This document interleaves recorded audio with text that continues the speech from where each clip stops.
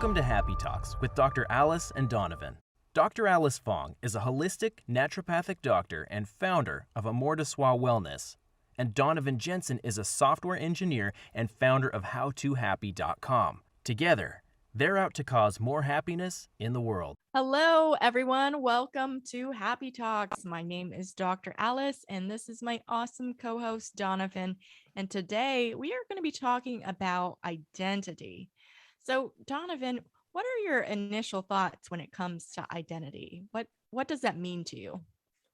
Yeah, so the first thing I think of is identity in terms of sort of the different roles or positions that you have in life, right? Because when you say something like identity, I guess at a generic level, it's meant to encapsulate everything about you, right? What is your identity? Oh, like I am all these things. Right. But when you think about it in terms of what you actually end up talking about, or if you're asked to describe your identity, it usually, at least in my experience, tends to come out as sort of these sets of roles, right? Or these different sometimes it's like attributes, right? It's like I am this type of person. But a lot of times it is I do these things. And I guess they're sort of interlinked, right? I guess there is some sort of connection between, like, part of my identity is that I play soccer, but I a level deeper is like I'm someone who enjoys being competitive and health and fitness and those sorts of things. So that's my first set of thoughts, is that it's usually sort of this like broader circle that encompasses sort of these smaller pieces. Yeah, no, I think to piece it apart a little bit more, the initial thoughts that I had were the things that are just kind of a given that you're born with, and then there's other parts of your personality that you develop in time. Like my identity, my first thoughts was like, okay, I'm a woman. I identify as female, and I identify as Asian American. Those are just what I was born with, essentially. But then I think about, when you were mentioning like, I value fitness and that's part of your identity, I was thinking, well, yeah, I value that too. But then to go a layer deeper, I realized, part of my identity is someone who really values like deep connection, and being authentic is important to me. And I think that was something that developed over time, or because I would say, as a kid, I didn't even understand what that was. So I don't know if I really valued that as a child. So it was something that I learned over time. And so it's interesting how identity can kind of shift and change over time. Yeah, and I definitely think that's another big piece of it, right? Is there's this sort of, I think you described it nicely. It's sort of a blending of the things we were given or saddled with or just came into the world with, and sort of the things we develop with our experiences. And I think there's actually two pieces to that as well, which is like things that develop because of your experiences, which may or may not be things that were in your control, and things that develop as part of what you're sort of drawn to or interested in, and how those experiences add up. So I think I want to move the conversation a little bit towards questions around, how do you feel like identity, or your experience with identity, has shaped your happiness or influenced your happiness? Yeah, that's a good question. I think part of my identity that has developed over time, which I wouldn't say, again, wasn't something I identified with when I was younger as a child, but as I think it's from lived experiences and enduring a lot of challenges and overcoming them, I identify as a strong, resilient person that's ambitious and a go-getter, gets things done, is a doer, is part of my identity. And when I'm accomplishing things, it definitely feeds into my happiness. It feels like a sense of pride and joy to know that I'm, living out who I know myself to be. Yeah. Yeah, I think that makes sense. It seems to tie into sort of this a conversation we've had before around values in a sense too, Right. which I very consciously, almost daily, check my actions against my values to Mhm. make sure that I am being, or at least moving towards, the person I see myself as. So that might be another interesting thing for us to unpack, the difference between sort of the identity that we want, or the appearance that we want to have, or like Yeah. who, and it doesn't necessarily even have to be appearance, right? Because it can be Right. fully internal, right? I can have a disconnect between like, I did this thing, but Mhm. I know I'm this kind of person. So Mhm. I don't know why I did that. Mhm. Yeah, be curious your thoughts on some of that. Yeah, that actually, the thought that came up for me was, is our identity defined by who we are or who we want to be? Kind of like, Hmm. was that Hmm. shaped from like who I want to be? Like, one of the examples I thought of, as a child, my parents always described me as shy and introverted. And if you know me now, though, I'm considered extroverted according to the Myers-Briggs. I always come out extroverted, even though I took it like a million times. So, and I would say, yes, I still have like introverted sides. I like need time to myself, but I feel like pretty comfortable around people and talking and engaging with them. So but I was like, part of that, I very specifically remembered I didn't like being described as shy. So I feel like I forced myself to become extroverted. And then, being a waitress at one point forced me to, being a dancer forced me to be extroverted. So it kind of was like trained to be extroverted over time until that eventually became a part of my identity. And it all stemmed sort of from like, I don't know if I would have pursue that as much if my parents never described me as shy. I don't know. You don't really know, but I know that was one of my motivations to not be shy. Yeah, the trajectory that you just described Mm-hmm. is something that I'm very familiar with, and I think is pretty common to see, right? Is Yeah. sort of an idea of an identity that we want to have, Mm-hmm. but isn't necessarily being translated out into the world.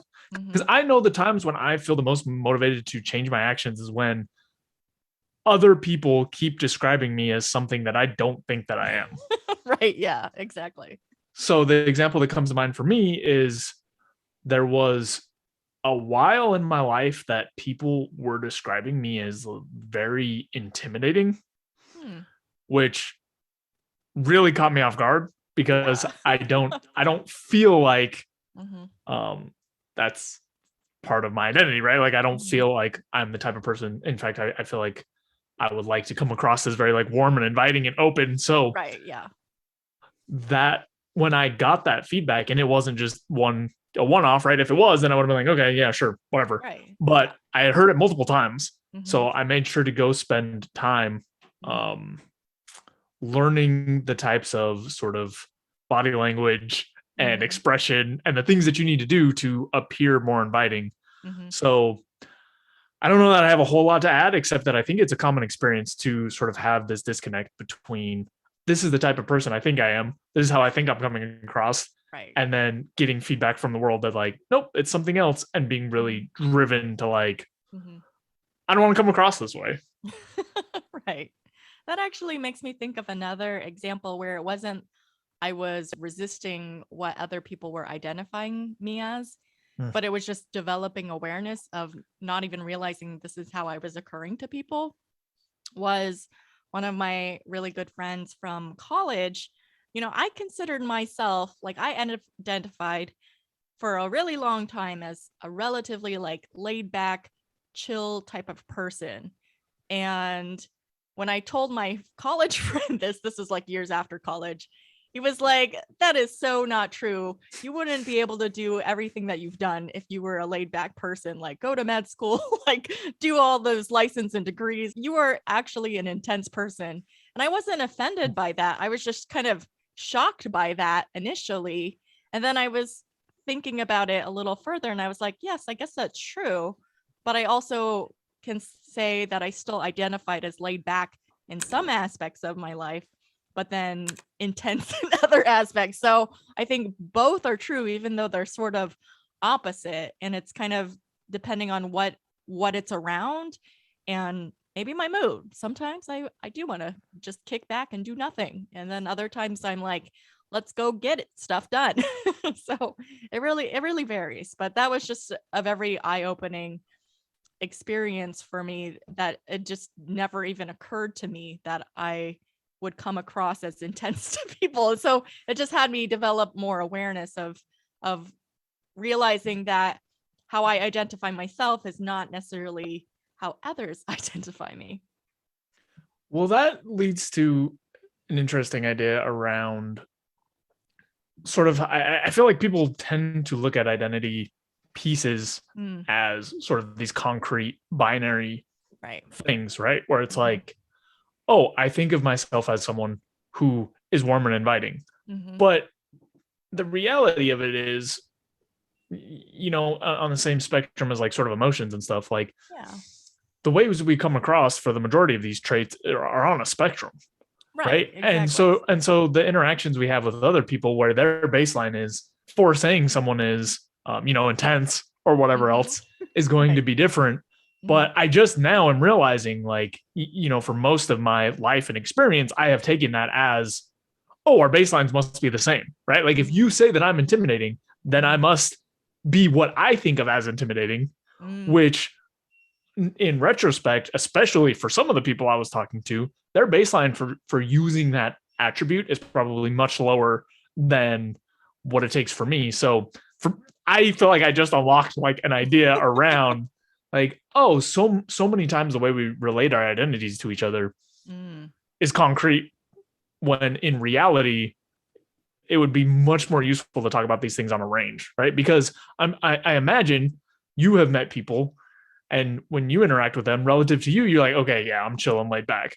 But then, you know, your friend that you were talking about, from their baseline, they're like, no, you're on the intense end. So, you know, if you think about that range, it's like here, here, here, here. Yeah.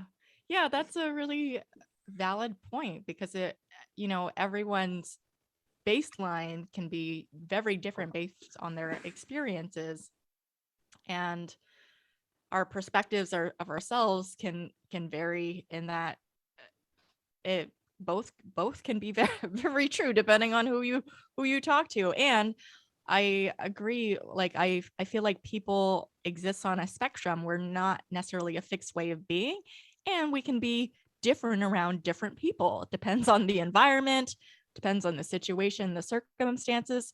In med school, I had to be intense to survive that. That was like a requirement. It was insane. But now that I'm not, I can not be so intense about everything in life. And but you know, if you knew me in med school versus you knew me in like college, even like just college, I could get away with like writing a paper. No, tell my college professors. I could get away with writing a paper like the night before it was due, like a 5-page paper. I could do that and still get a B.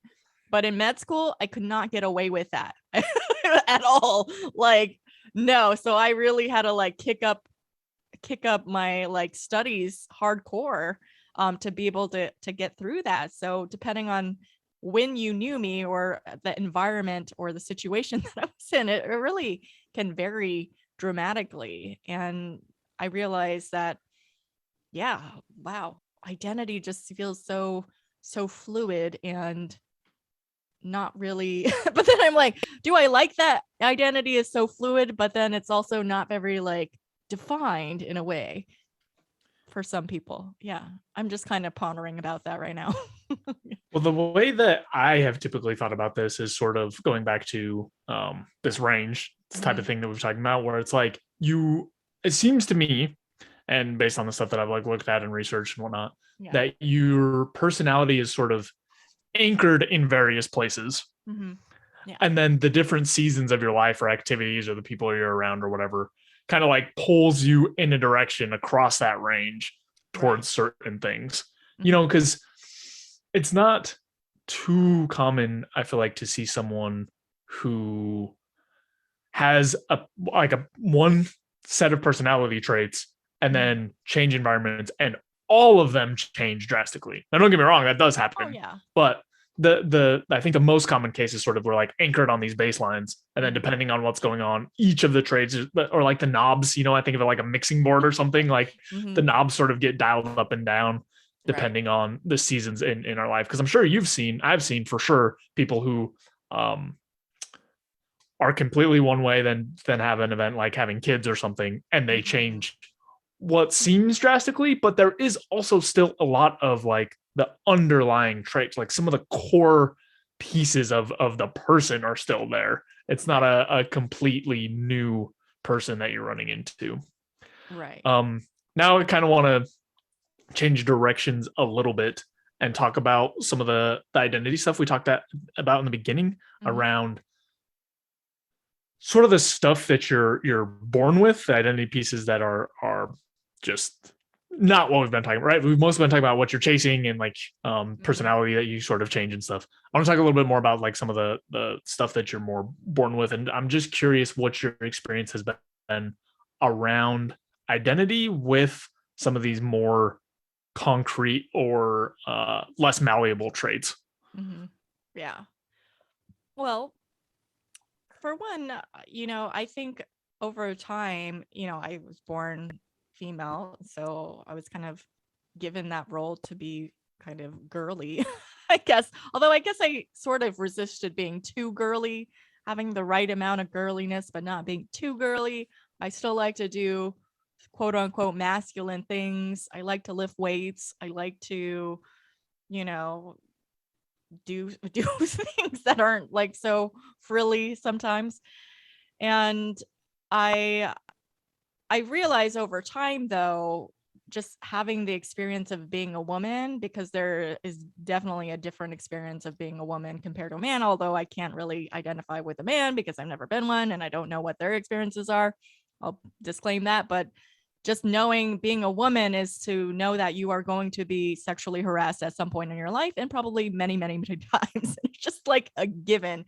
And I think it's part of that experience has made me, I feel like I'm not a feminist because I want to be, but because I have to be, because of everything that I've lived through and everything that my female friends have lived through. It just feels like I have to in a way. It would just be so off weird or like kind of off kilter if I was not. And then the other thing that I identify as, obviously that I was born with because of my parents. I was born in America, but I was born to Asian immigrants.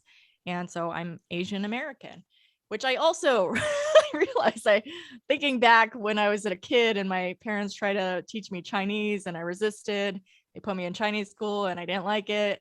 And I resisted being like too Asian too growing up. And I identified more as American and just felt like a regular person. And I didn't even realize how my face, even though I didn't even notice that I was like maybe like one out of like 2 or 3 Asian kids in my class.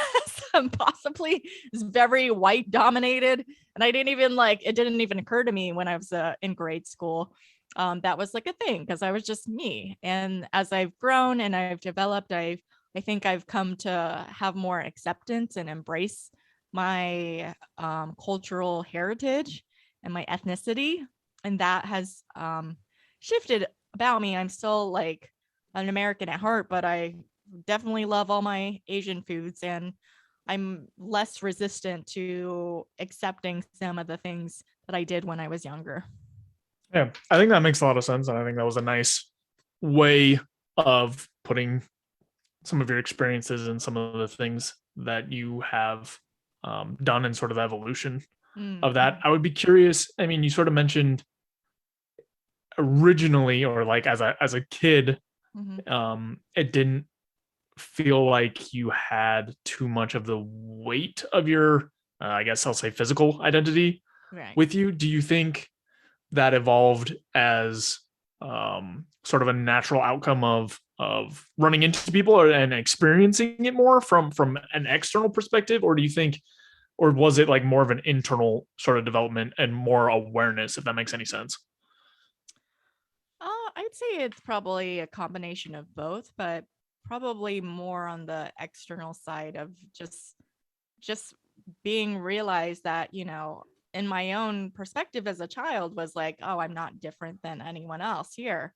It didn't occur to me. But as I grow up and then you experience these like subtle forms of racism or more overt forms of racism, and it just makes you like realize that you're not quite the same, and you stand out a little more, and sometimes in not great ways. And so that has kind of like shaped my identity in the sense that no, I have pride in my heritage and my culture, and yeah, honestly, there's a lot of aspects that I don't even know or fully understand because I grew up in California.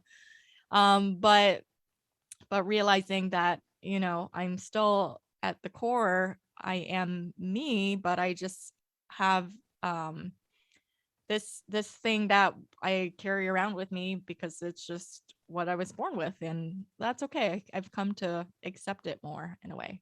Although I have a question for you, given that it wasn't quite like, I know this isn't so much a thing you were born with, but maybe born into, given that you grew up in Utah. And I don't know if you want to go down this avenue, but like, you know, a lot of people are very religious. Utah is the word on the street. So I'd be curious, what was your experience? Did you identify that? And like, I know, did you like veer off from that experience? Did you were like, this doesn't really resonate with me anymore? Or what was your experience with that? Yeah, I totally forgot about the religious dimension of identity. But Yeah. Mhm. yeah, so my experience in that realm is I actually felt very clearly and very strong from a young age that I was not interested in Okay. religion. So the trajectory of that is, yes, super all over in the culture, everything like Yeah. it's a very common question for people to ask when they first meet you as a man, like where you went on your Mormon mission, like where did you go and knocking doors to convert people? Yeah. And it was really strange. But anyway, take it back a step. So obviously the culture was all over the place. Even as a child, like elementary school, like I was like, I don't really like going to church. It doesn't make sense. Whatever else. And then when I was around 10, 11, 12, somewhere in that range, I decided like, okay, everyone seems on board with this. Like around here, everyone loves this. I will give it a genuine effort and just see what happens. Right. I tried it. Absolutely nothing. Zero. Crickets. Like nothing that I looked at spoke to me. None of the experiences felt nice or right to me. It just didn't fit well at all. So I felt okay, sort of. Well, I almost said something that's not actually true. So it was really interesting because I felt like I had to pay very close attention to the situations where that part of my identity could be shown without experiencing a whole lot of other stuff that I didn't want to deal with, right?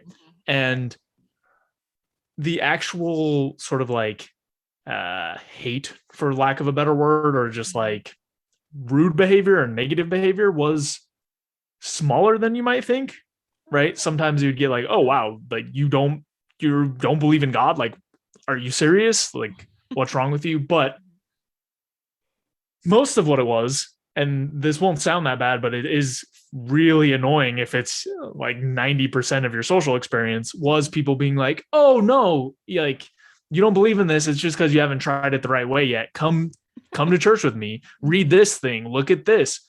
And a lot of the time it had been stuff that I had already tried, had already looked at, and I just wasn't interested anymore. So that was a lot of my experience in Utah, especially up to the point where I graduated high school, like especially as a kid. That pretty much dominated my social experience. And it made me feel, or it made it hard, it made it very difficult for me to feel connected with people or feel like I had like real genuine friends or Mm, be able to sort of like develop connections mhm. because so many people value that so importantly Yeah. that they didn't want to associate with people without that particular value. Mhm. So it was an interesting experience. Looking back, I probably could have navigated it better. I'm sure there were people that I could have developed more relationships with and whatnot, but at the time, it felt really oppressive, like this thing that I couldn't break through, even though I Mm, had sort of, I don't know, I guess all the best intentions of like being able to communicate people with people and whatnot. So right. um that was a big piece of, or like something that really opened up to me how a piece of your identity can like lock you out of Mhm. particular rooms or places or social circles or whatever else. Yeah.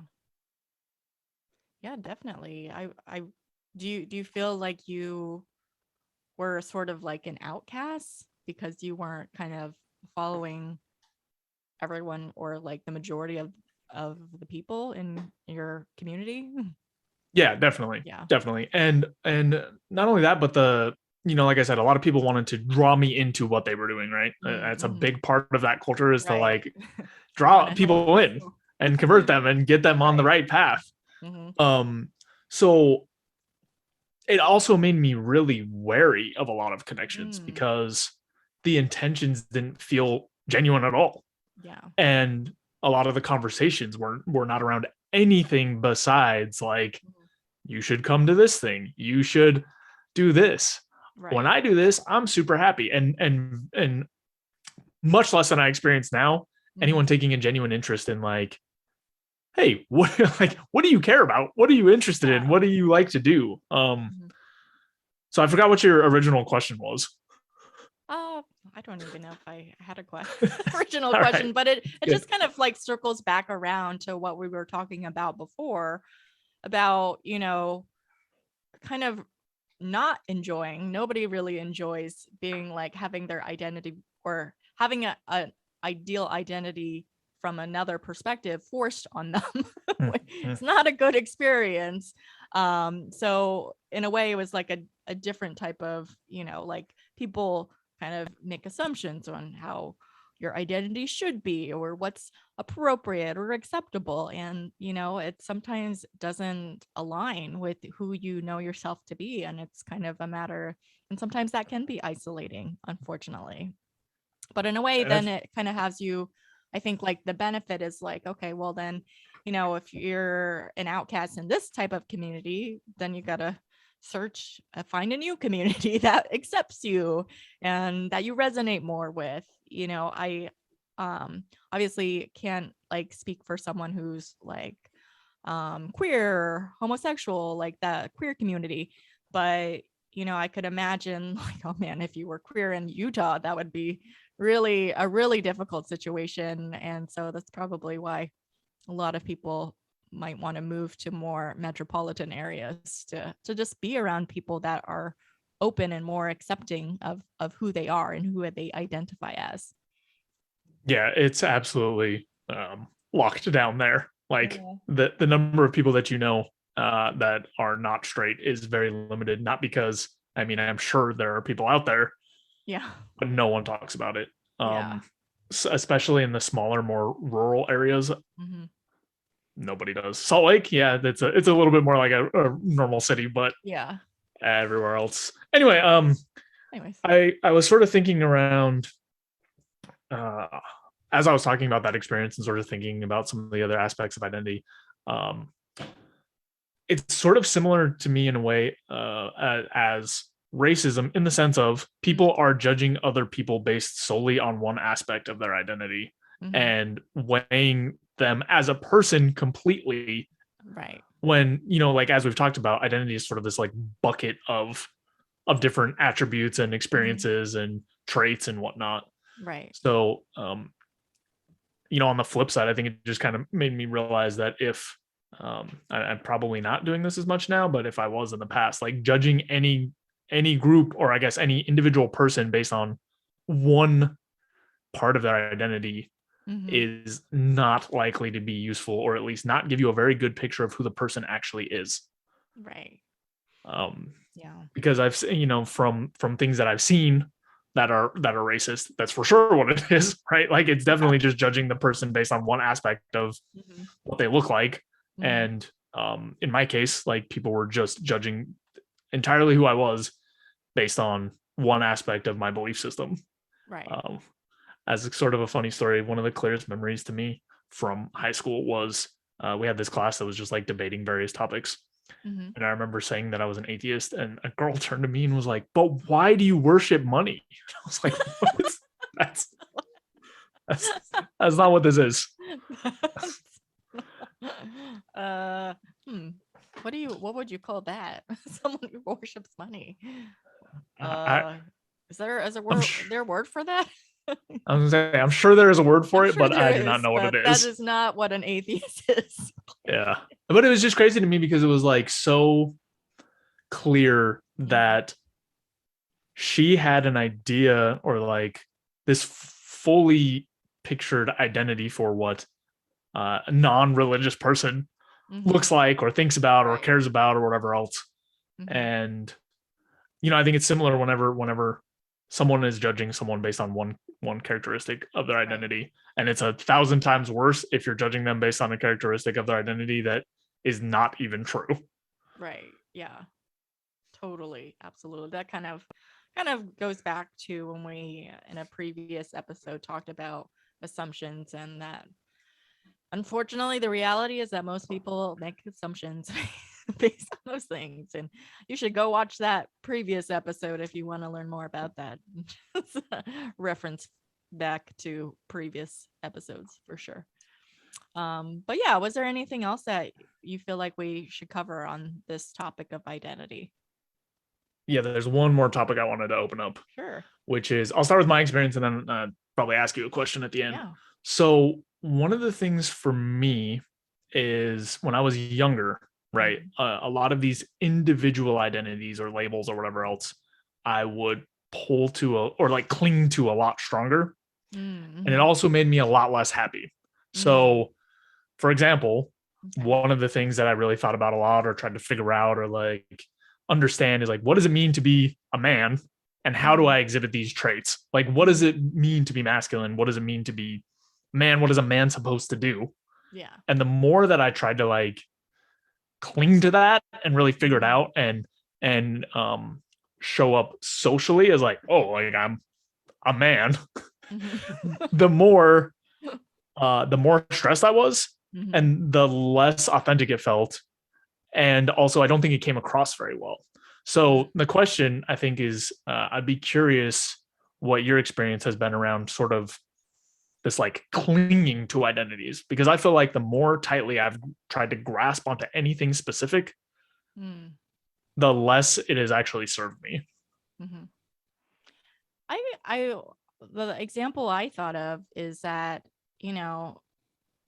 I identify as a person that is, reliable, that you can count on, that's someone who has your back, and you can, is a team player kind of a thing. And I just remembered when I was in my leadership program, trying to make my measures to become one of the leaders in the program, that I was really struggling getting there. I was like doing everything that I can to like make it happen by a certain deadline. And I was like, and it was like a week to the deadline, and it was clear that I was like it was not gonna happen. And I was like so distraught and disappointed because I was not just letting myself down, I was more like letting my team down. And that was like the most stressful thing. And I literally like cried in class over it, because I was like, I'm letting my team down. I'm like so upset about that. And when I was like just like bawling my eyes out, one of my coaches came to me and was like, you realize what's really going on? Oh, I feel like I'm disappointing you all. And she said to me, there's nothing you could do that could ever disappoint us. That's living there with you and not with us. Okay. So get over it. kind of a thing. And that was a very eye-opening experience, because I was just so caught up in this identity of, no, people count on me. I get things done. I'm and I wasn't able to do it because of whatever reasons, even though I did my best. And I realized, yeah, I have to realize that particular part of my identity, I think, is unfortunately sort of linked to this need to not want to disappoint people. So there's like that subtle thing of not wanting to let people down, is pushing me to be the person that, is reliable and someone who can count on you. So like the worst thing for me is to let someone down is so disheartening and miserable for me, that I make myself like miserable in that process. Yeah, I'm going to use your example, but Mhm. that's exactly the type of thing that, and I still have tons of gaps in this, but that's exactly the type of thing where when I'm able to give myself a little bit more space against the identity that I have mapped out for myself, right? Like you're saying, like I look at myself as someone that people can rely on and am reliable. Yeah. When I've held so tightly to that and I make a mistake, then I end up beating myself up so much for so long.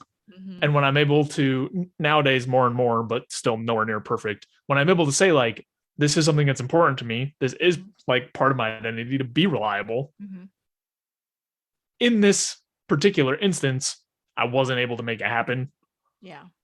That doesn't break, or like just by allowing myself more space around, like, okay, that doesn't mean I'm not reliable. It doesn't mean, all these other terrible things that I would usually yell at myself. Right. That for me has been a key distinction for being able to accept and move around some of the identity that I want to have without crushing myself, feeling bad when it doesn't match up perfectly.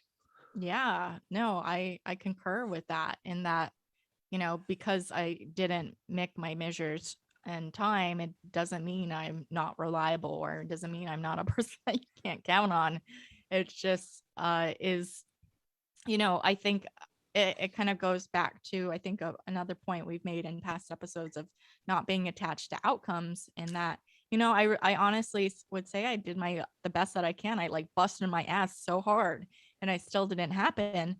But, I gave it my best shot that I could. So, in the end, there's nothing really to feel bad about. Doing what I was requested of me was extremely difficult. So it's not like the end of the world if I didn't do it, because the majority of people didn't do it.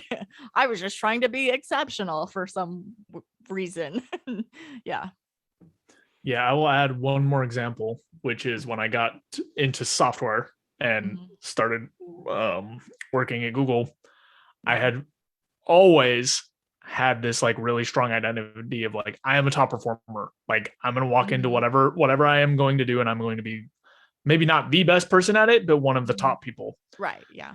Switching into software and especially getting into Google so early in my career, absolutely like beat back that identity, snapped it in half, broke it. And the process, I wish I would have given myself even more space. Like I did have some tools as I was going through that process to be able to think things like, okay, a lot of the people here are much further in their careers, have spent more time doing this.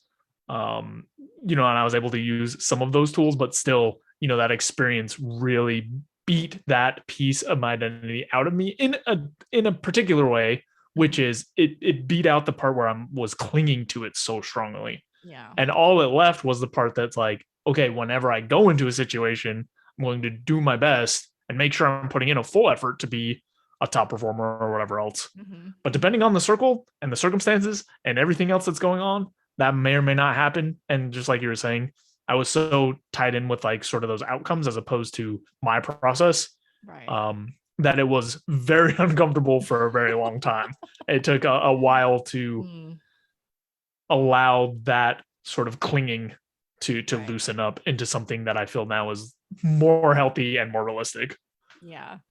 Yeah. No, I can resonate with that story a lot. It mirrors my own experience in med school, in that, for most of my education, grade school, high school, even college, I'd say, I got good grades. I was a high achiever, a high performer.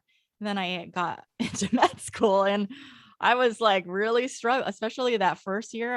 I was really struggling. I didn't fail any courses, but there was like this pass fail system, but then there's like this in between, like partial pass. And so you had to like take an additional test to fully pass. And so I got a lot of those partial passes, and that was very disheartening. And I realized over time that, I'm in a school with a lot, like ridiculously smart people that were all top performers in their high schools and their colleges, and it's just like a sea of them.